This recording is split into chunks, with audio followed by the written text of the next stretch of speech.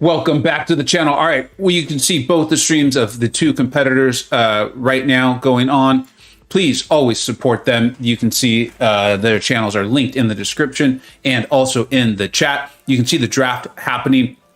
We will catch you up on that. But before, I do want to set the table for you here. This is Group G. Nerd has won this group. It was an absolute force, going 3-0. Yusafa, Eggatron, Swedeah, obviously all incredible, amazing players with some tremendous performances of their own. But there is a lot riding on this matchup. Eggatron, if he wins, he's in. He goes into the knockout stage. The bracket is starting to take shape. It is incredibly exciting. Swedeah, he has been knocked out, but the man is playing for pride. We all know how outrageously good and skilled he is at this game. His deck, not as tailored, his roster not as tailored toward Battlegrounds rank ups, but he's been doing phenomenal things with it. If he beats Eggatron, Yusafa advances. So somewhere out there, Yusafa is cheering on Swedeah like he never has before. I'm going to go ahead and remove the graphic. Just wanted everyone to catch up, know what is going on. And we jump. And Egg has the 3-0 Swedeah to go on, right? No, if Egg wins, I think if Egg wins, he's in. Let me pull that back up. What's up, Slayman? Hey, man, how's it going? Good. If Egg wins, he's in. And the reason why is because they both have the same, basically, round loss differential.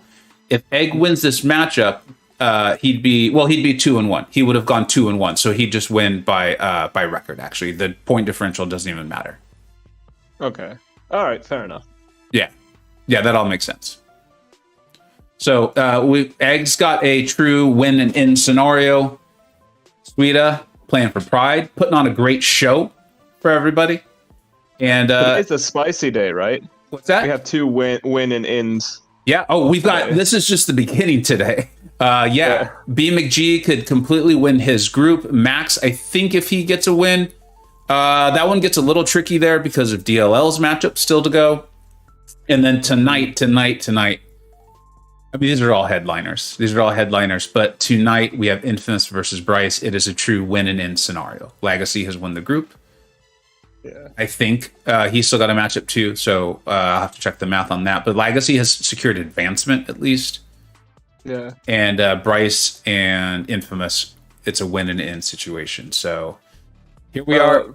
We're live with both of their streams. I think what's going on is one stream is just slightly ahead of the other. So I'm going to pause that for a second. And I think it wasn't slightly ahead. It's just Aiden lost 10 seconds of time loading in.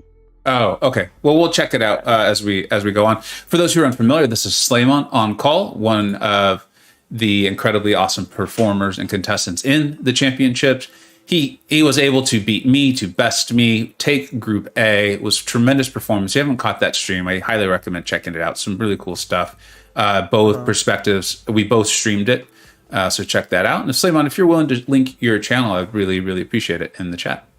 Yeah, no worries. Yeah. I just wanted to address one thing. Vijay, if Swedeah wins 3-0, he does tie Yusafa in point differential, but because he lost the matchup to Yusafa, Yusafa is technically ahead. Yeah, Yusafa would then have the tiebreaker over him because they had the head-to-head matchup together. It's a pretty simple and yet complex when you don't know all the outcomes rule set. But once we know all the outcomes, it's pretty simple there.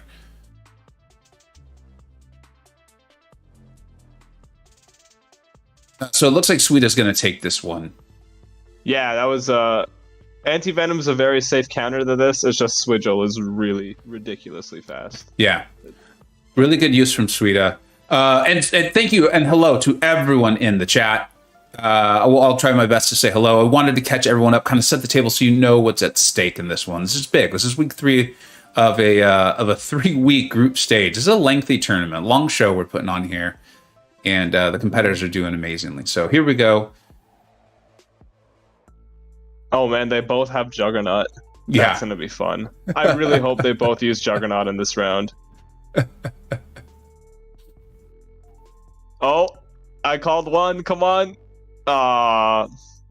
Interesting. Interesting. I'm excited to see Yellow Jacket. I mean, we're used to it from these channels anyway, you know, showing us that, hey, wow, in the hands of an insanely skilled player, this champion is actually pretty good. And it's just shown through here in this tournament, too. I believe this is our first Yellow Jacket sighting. Yeah, it is. Looks like Egg is saving Tigra for Thing. Juggernaut is going to get this fight down faster than Yellow Jacket will. It's going to be a matter of how much health Swedeah loses. And if there's like an AI issue, like we've all had this in Battlegrounds where you're holding block and the defender's like, I'm still going to throw my special. Although this is an unawakened bishop, so it's not going to be unblockable. Right. I would still dex it anyways if you know how to, because the block damage is quite significant. Yep. And Swedeah apparently knows how to dex it. Yep. Swedeah's putting on a clinic right now. Egga's doing fantastic too down there. He is, yeah. Unfortunately, Chavez got a couple heavies off, so it's going to be a bit slower now. Yeah. But now he's in Nuclear Meltdown. Each of his hits does a burst of damage. This SP2 is going to be unblockable, though. And it did, like, almost no damage. Well, Yellow Jacket, that's one of his abilities, right? I don't remember how much he minimizes unblockable special attack damage, but... I think it was 70%. Yeah. And he also has extremely high energy resistance. Yeah.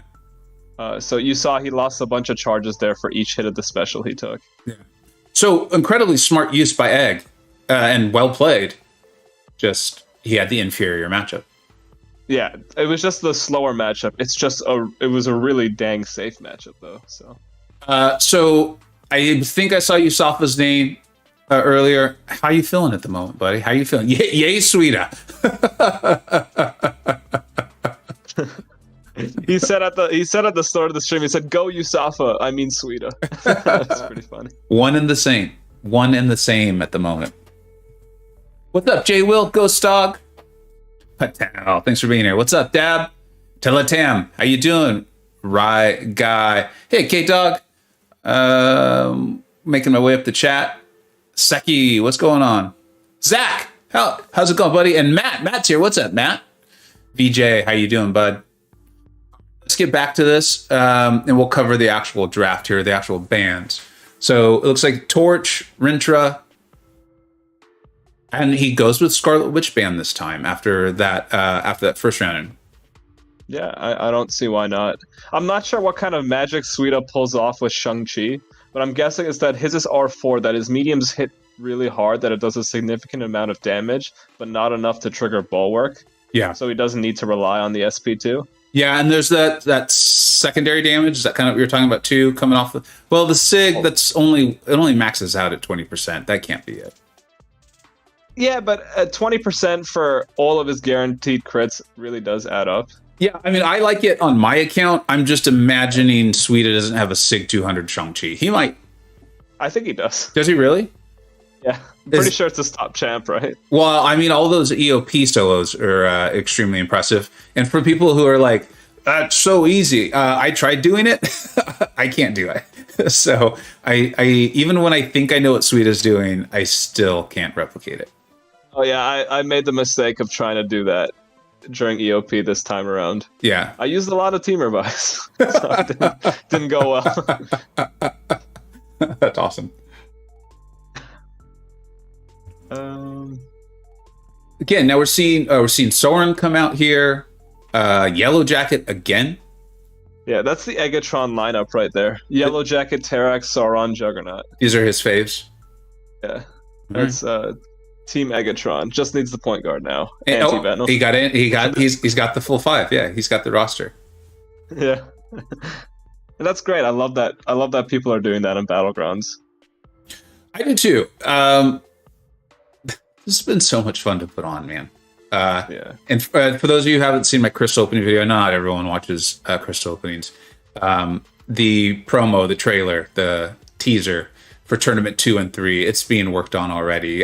For those of you who've been watching these, you know that 2 and 3 were already coming. You probably already know what the general idea of them both will be, but I'm excited to get that out fully. So, in a weird way, as a contestant, I'm bummed that I don't have rounds to play anymore.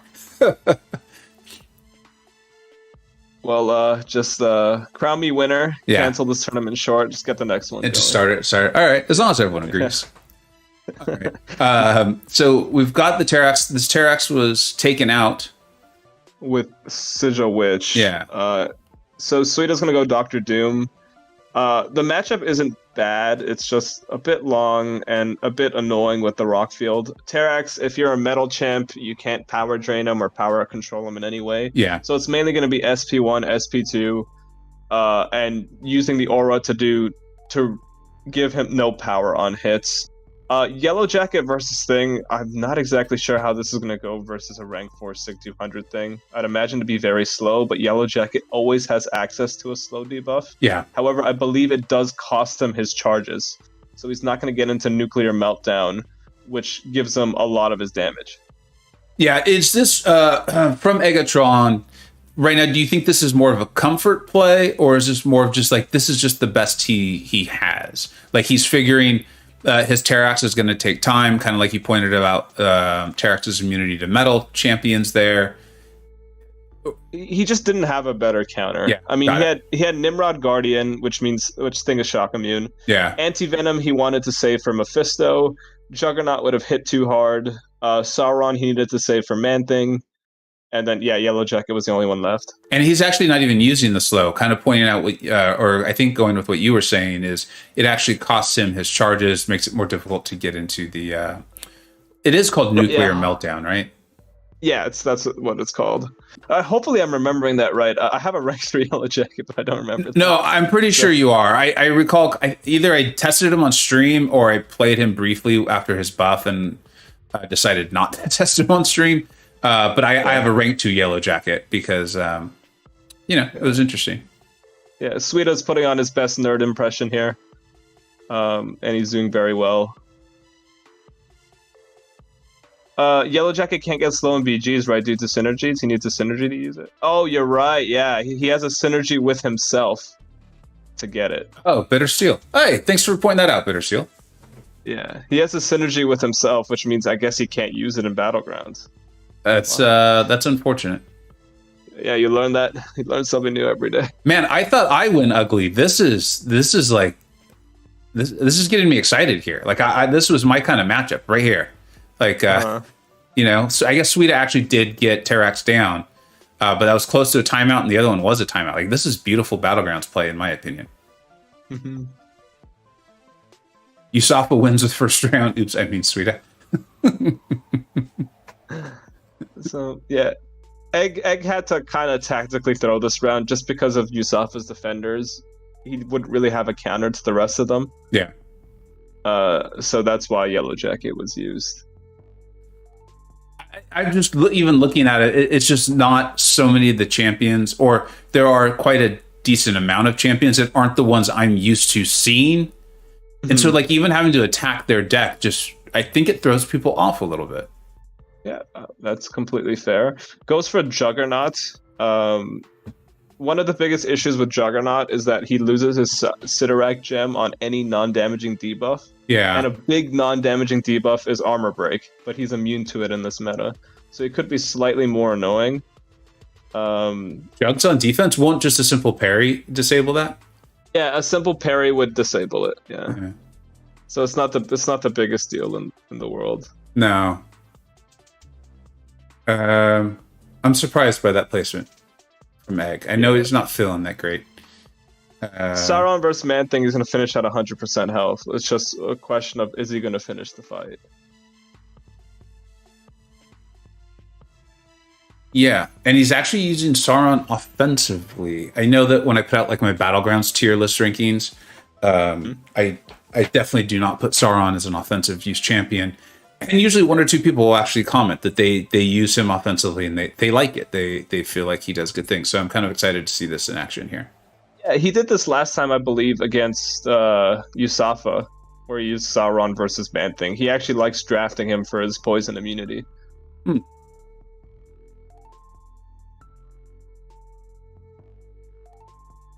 Yeah, and I think I think this is what you were saying, is the armor break off of Man-Thing is just going to keep Sauron nicely topped off health-wise. Yeah. But we're a minute in, and I believe it's only 20% health off. Yeah. So he needs to start going now.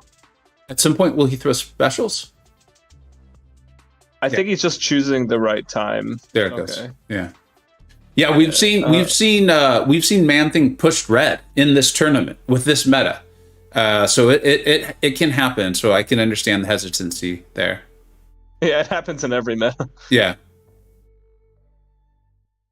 But I think Swedeah is just based on time, unless there's this huge source of damage soon for Sauron. That was the huge source of damage, yeah. That SP3. There was a degen off of it that was big. Yeah, it's going to need to... he's going to need another one now. Yeah. And Swedeah, this is interesting. He did this, I think, in his last round, too. Yeah. He finishes it with that SP3, which just does have a small heal. He tops himself off basically in life. Looks like he's about 98%. Finishes off the fight. So it's really smart use of that. Yeah. This was a good idea by Egg, because Juggernaut was like the only defender he had that would have taken a significantly long time. Yeah. Compared to the other ones he had. Yeah. But it's just he couldn't finish Man-Thing quickly. Yeah. Yusafa's got to be feeling pretty... Yusafa, do you have a cigar out? Like, I know you probably haven't lit it yet. Yusafa has a donation ready for Swedeah's stream, is what I'm guessing. Swedeah just got a new member at the $1,000 a month level. Bit overkill, but I mean, it is Yusafa. Yeah, well, I mean, the joke's not funny if it's not a little exaggerated. LOL donation is ready. Oh, wait, you were over-exaggerating? No. No, I'm kidding, yeah. I wonder if Yusafa's in Swedeah's chat right now. Cheering him on? Oh, he's not there? No? Interesting. All right. Well, we've seen Aiden. We know what Aiden can do. Aiden being Eggatron. 2-0 does not matter. We've seen comebacks from this before to actually win the whole thing. This is far, far, far from over. Right. Swedeah switching up his bans, had Torch, Rintra, Scorpion, but decides to go Tigra instead. Which is interesting because it seems like the Mystics have won Swedeah his rounds, or at least a couple of them. Yeah. And with Scorpion available, that gives Aiden, if he drafts Scorpion, a better chance to win those rounds. Yeah, that is usually we don't see that frequently. The people we tend to see switching things up are the ones who have lost a round, not the ones who have won the round, much less two consecutively. I'm curious what the thinking was there. Right, if it ain't broke, don't fix it. Yeah.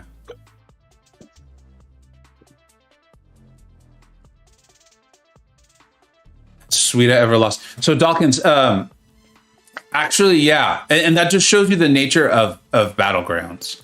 Is Swedeah's actually 0-2 in this tournament. That's for a couple of reasons. One, he went up against two outrageously skilled players. He also went up against two players who finely tuned their decks, their rosters, and their decks for Battlegrounds. And I don't think that I don't believe that's been a huge concentration point for Swedeah. So obviously his skill is as good, if not better, than literally anyone else in the tournament. But roster does kind of come into play. We do our best. It's one of the reasons why we do a best out of 5 in our group stage, and then the championship stages will be best of 7, is to try to minimize that RNG a little bit. But he just went up against two players who were phenomenal and who played phenomenally at that time. But you're seeing right now what Swedeah's obviously capable of. I've never seen Yusafa respond to any comment faster. What did you say? Dawkins asked, has Swedeah ever lost? And Yusafa maybe milliseconds after said, yes, he has. I mean, that's got to be like a shining moment in Yusafa's MCoC career, right? I mean, yeah, it would be for me as well. Are you kidding me? Yeah, me too. Yeah. I gotta still make fun of him, right? Absolutely. Swedeah made a really good adjustment here, which is he allowed Scorpion, but then loaded his deck with some Tiger fights like OS and Iron Man Infinity War, and doesn't have any Mystic defenders now.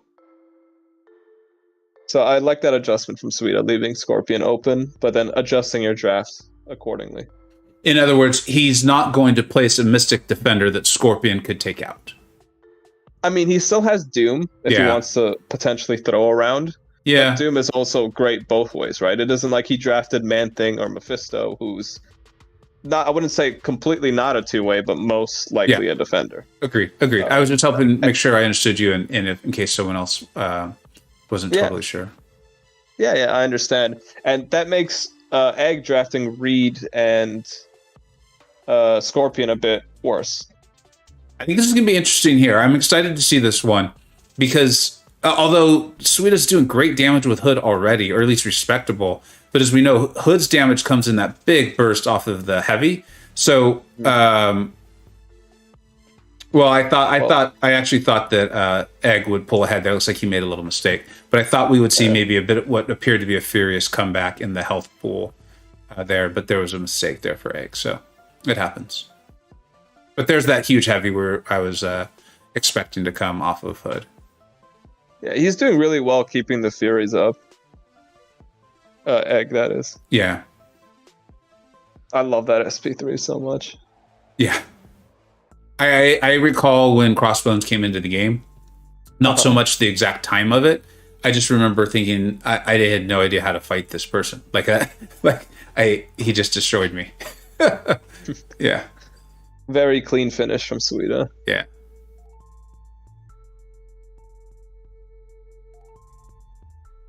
Swedeah's redemption arc. Yeah, I think so, right? I mean, if we're kind of if we're being poetic about it, right? We all saw how great he is at the game. And this is just a very particular mode, that having your roster set up for it, I think makes a massive difference. And I do know he did that rank up video, and the rank up video was pretty awesome, and a lot of those were Battlegrounds ready champions. So I think we're seeing that all kind of come together here. What's up, LC? Thanks for being here, bud. Simula, what's up, buddy? PWF and Judah too. All right. Egg's got to win this one if he wants to continue on. Mm-hmm. He's got a lot riding on just this single game, and that's how it starts. You just win one. Momentum starts to kick in. Scorpion for defense.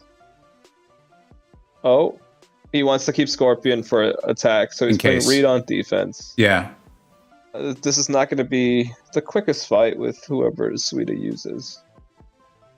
No, because an evade can catch you out of nowhere, and Reed's pretty tanky. That's what I was just thinking too. So that first SP1, but Swedeah will probably try to push Reed to his SP2, right? I don't think it really matters too much what special you push him to. It's just the SP1 has 2 debuffs on it, and the SP2 has none. If you just wait out the SP1, it's not a big deal. Yeah. But for time's sake, yeah, you'd probably want to push to the SP2. Yeah. And I'm excited to see. This is our first Doc Ock, I think, appearance in this tournament too. We haven't seen a lot of Iron Man Infinity War on defense. I know how good he can be in this meta. Yeah. This is looking really good. Yeah, it is. For Doc Ock, by the way. He just has to keep all his thingies up. I don't know what they're called. Research breakthroughs, I think. Yeah, that's what it is. If he keeps those up, he'll be golden. Swedeah goes for an SP1 just to start building those plasma charges really quick. Big SP2 here. If he heavies, it's going to be huge. To say though, there he goes. He's finally got the power. I was like, wasn't there a power lock and a power drain that should be kicking in? Nice response. Oh okay. Man, that was pretty. That was awesome. That was very pretty. Well done, Eggatron. Awesome. And with everything on the line, his whole tournament, his tournament's over if he loses that game. And that was awesome. He pulls it out. That was fantastic. What's up, Mr. King? Slayer of Gods. What's going on? Speaking of awesome tournament contestants, Slayer of Gods has been incredible. Oh man, that won my heart over, not gonna lie. I am now an Eggatron stan. Did I tell you that for the next tournament, I have put in a special request from Kabam, and they did grant it for our tournament, so I was pretty excited. That in order to do damage, your attackers have to have placed an armor break. Really? So yeah, I'm pretty excited about that. Oh well. For those who don't know, because I know some people, everyone should know Slayer of Gods. If you don't, go subscribe to that man's channel.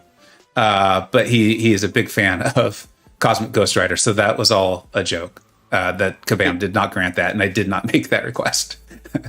Okay, I'd beat him anyways with Corvus. You know, the better Cosmic. I am not sure about that one, but that's for another time. That's for another time. All right, Eggatron has pushed this one 1-1. He's pushed round 3 to the final game.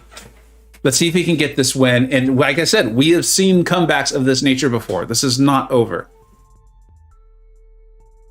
Mole Man for defense is interesting. Kitty can take it, but it's not a fast Kitty fight thanks to Bulwark.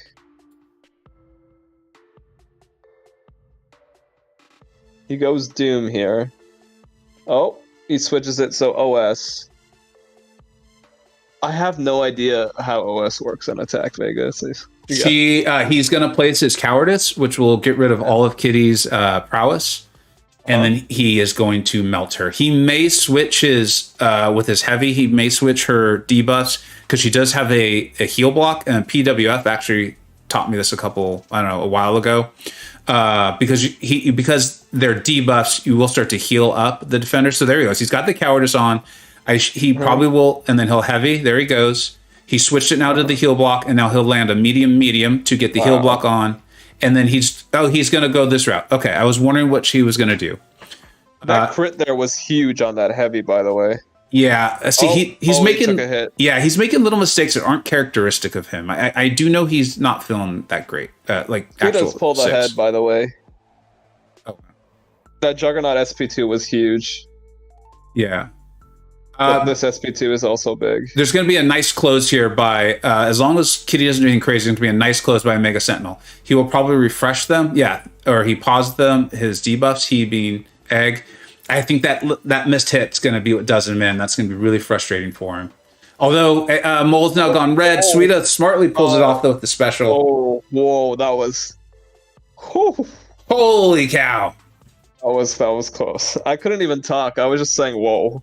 Yeah, I think you and I both would fail our announcer test right there, but I think we conveyed the excitement of what was happening very, very well.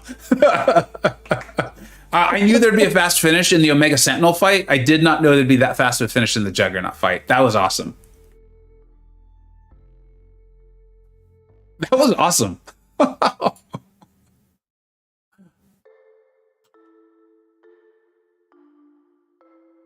Hold on, I need to breathe. Yeah, sorry everybody. I need a second to collect myself. Heart stopped. I'm glad I'm not the only one. I was watching that, and I was, Egg took that one hit, so I was like, he needs to finish this a little faster. But then I saw Mole go red, and I was like, oh, Sweetah's done for. But then, of course, Swedeah knows something I don't. and finishes that off. So that was amazing. Yusafa has now put the cigar down and is glad he did not light it. I think is how that went. Oh wait, did Swedeah win? Did I get that all wrong? No, Swedeah won. Oh my god, I am so sorry, everybody. I messed up the boards. That is obviously incorrect. What I was saying. Incredible performance there. Oof. I can't type smoking cigar.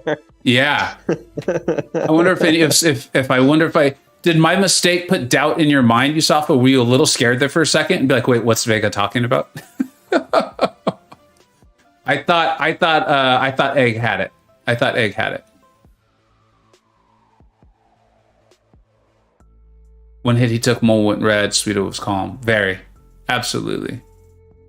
Who thought Juggernaut would be winning? The only reason why I knew that, Nicholas, is because Egg is actually the one who introduced the power of Juggernaut to us in his week 1 performance against Yusafa, right? Yusafa, that was your week 1? And Eggatron was just on fire. Absolutely on fire.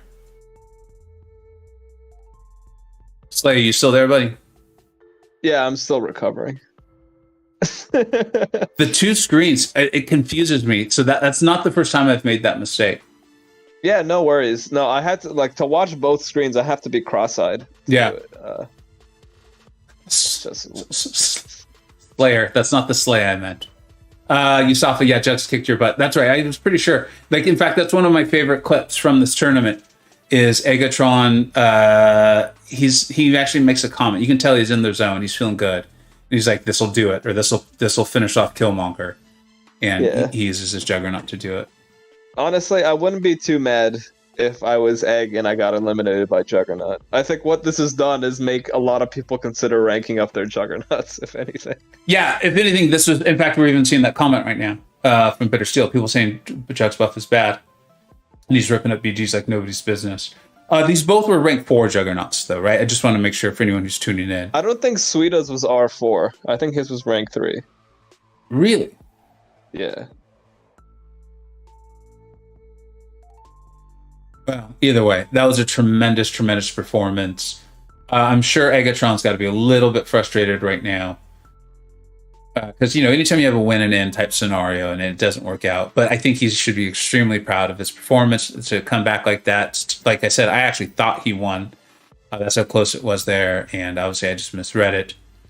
And anytime you go up against Swedeah, honestly, I think Swedeah could have a deck of 3 stars and I'd still be concerned if I was to face him. So really impressive. And I do want to give a shout out to Swedeah. He went into this matchup knowing that he could not advance. And he and I did communicate, and he's like, "Yeah, I'm still going to go out there, and I'm going to do my best and put on a good show." And I really appreciate him doing that. I think that says a lot about the guy, about the man. So, and it obviously paid off for Yusafa, and I think it just makes for a better tournament. People aware they're putting on a show, they're putting on a good show, and so I appreciate that. And I really do want to compliment him for it and say thank you. Oh man, we need that bracket photo. Yeah, if everyone wants to bear with me for a second, I can update it and try to get it up there. Who is Yusafa playing? Let's see here. Bear with me for just a minute. We'll get the most updated bracket. I don't think I've published this yet outside of the group chat. Let me make it a little bit bigger for everybody so y'all can see what we're talking about here. This was group what group was this? I think this was group G. We got 3 group teams or 3 competitors all tell me in the last hour. So this is group G. So the winner of group G is Nerd, which we already had. So we already knew that. So now Yusafa is going to you can see that 2G. He'll be in 2G, which will play 1H. And in group H we have Yusafa versus Slay. Oh man, I wish. Wow, Yusafa, you're going to play the winner of Group H, which right now is led by BMcG, who will be going up against Max actually in about 5 hours, I believe, 4.5 to 5 hours. And second in Group H is Daddy Longlegs, and then third is Max himself. BMcG can secure his win of that group with a win today over Max. Max can get himself back into the potential running with a win. And then Daddy Longlegs is going up against Felganos, who's been putting on a great show. So we never know how that one's actually going to finish up. But yeah, that's how that's shaping up. And then Legacy is Group F. I don't think he's secured the win of that whole group, but he has secured advancement. Yeah. But that's the infamous infamous Bryce, Spinnaker, and Lags group is Group F, and then Group E is Karate Mike, Simula, Amanda, and Steve. So for those who just catching on quickly with what Slay's putting out there, we potentially have a Legacy versus Karate Mike round 1 matchup. Assuming Legacy wins Group F, and if Simula is able to beat Karate Mike, that would make Karate Mike second in Group E, meaning Lags and Mike would match up in the first round. And play the winner of Yusafa versus either BMcG or DLL. That would be pretty cool. That would be very, very cool. Oh, man. And for those who don't know all the logos, at the top of that bracket there in 1B is Tom Jarvis. And I say this with no hyperbole. one of the best Battlegrounds players in the world. Like it's like modern, Tom Jarvis, modern, Barrowman type of thing. Like that's like what the leaderboard looks like. Then MP Blaze of Noon. I think everyone knows him. He's a phenomenal player. Nick 136 there in 1D with the Ghost logo going up against Nahorn, who's also quite literally one of the best Battlegrounds players in the world. And then jumping down for what you can actually see is that is Slaymon there with the Omega Red type logo. He bested me 3-2. That was a phenomenal matchup. Again, one of the best Battlegrounds players in the world, along with Jay Will and of course FinTech right there. So that's 1, 2, 3 in a row. The golden logo is B Manny, a legendary player from For Loki, longtime leader, just a phenomenal guy and a legendary player. Seen him do incredible things. And then the other placement there is Nerd, who I don't know if Nerd's pushing this meta or not, or this season, but I feel comfortable calling him one of the best Battleground players in the world too, right? Like top 100. Slay, what do you think? Well, he's not on the leaderboard because he's not playing. Yeah. However, he's ridiculously good. Yeah. Like I think if he wanted to play, he'd be easily top 100. He I don't think he lost a round this whole tournament. He did. Yusafa lost 3 rounds. Yusafa took a round off of him. And Swedeah took 2. That's right. He and Swedeah went 3-2. That's right. Yeah. That's true. Thank you for reminding me of that. So that just lets you know how good they are. And the only person who hasn't lost a round is TJ. Is TJ. And you hadn't lost a round until this week, right? Yeah, until I faced the Titanic known as you. Yeah. Hey, wait a minute. That sounded like a compliment, but the Titanic. I meant to say Titan. Yeah. But Titanic came out. I'm sorry. It's okay. You could have called me Titania. That's where I thought you were headed with it. There's so many ways I could have gone. There really are. All right. If there's some questions from the chat, we'll take them, and then I think we'll be signing off because I really do want to cover Max for Speed McGee, but this is my lunch break. So, will we ever see a losers bracket? I don't think so, Natalie. You know, as someone who didn't advance, I will say that like I was so happy with the result. Slay and I put on this amazing show. I do think Slay is a better player than me, so I was happy that he advanced. And then like 2 days later, I was like, but that means I don't get to play again until November. So maybe, but I also say this is taking up a ton of time, which I love putting in. But I'm not sure I could keep this pace up longer than the 3-week group stage. And then obviously, you know, the next week will be the round of 16. So that's only 8 matchups. So that halves the amount of matchups. So I doubt it. You can't do both a group stage and a losers bracket. Yeah. That would be an issue. You got to kind of choose one or the other. And go for it. No, sorry, go ahead. No, because you're right. It wouldn't be. Yeah, because it kind of wouldn't be fair to people who don't make it past the group stage if there was a losers bracket. Yeah. And Vega also isn't like 4 humans either. So just 2. That's the other thing. Just 2. Just 2. Yeah. I'm not sleeping a lot these days, but I think with Slay, and from the fairness standpoint, I think Slay. So it's kind of like a choice. You know, you can do like I like to call it the consolation bracket or this group stage. I like the group. I really do. I think it's I enjoy watching the World Cups, and I think that's part of it. Like I think that's part of why we have such exciting week 3 matchups, especially when you, again, like that's why I paid such a compliment to Swedeah, is he couldn't advance. He just was putting on a good show and he wants to compete, so he did. And so when you have people like that in your tournament, the group stage is just that much more fun. So I think we're going to stick with this for now. But thank you for the question. And if enough people want it, you know, we'll consider it. We're still learning here. This is tournament 1 of I have 3 planned already. They've been planned for a while. This is just the first one. And I already have 5 as like a general outline. So I'm open to learning from them and making them better because we're trying to put on a show. So that's what people want to see. You should put times on the bracket so we know when a stream is going for which bracket. Blizzard, I know, buddy. That actually gives a nice. I'm enjoying this. So let's turn this into a slight AMA. Here is that's been probably one of the most difficult things about this scheduling is, and this is not a complaint at all. This is not a complaint. It's just a reality. Is 2 hours ago, I thought I was covering one match today at like 6:30 my time. So I was able to kind of manage my work schedule around that, and it was great. And then it might not even be a full 2 hours ago, I found out about two other matchups that were happening today. Now I have a very flexible schedule. One happened to be literally during my lunch. It's 12:45 for me right now.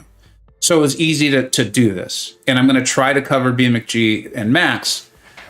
But what I'm trying to illustrate there is it's already hard enough for them to schedule with each other. Because they're just like you. They've got other stuff going on.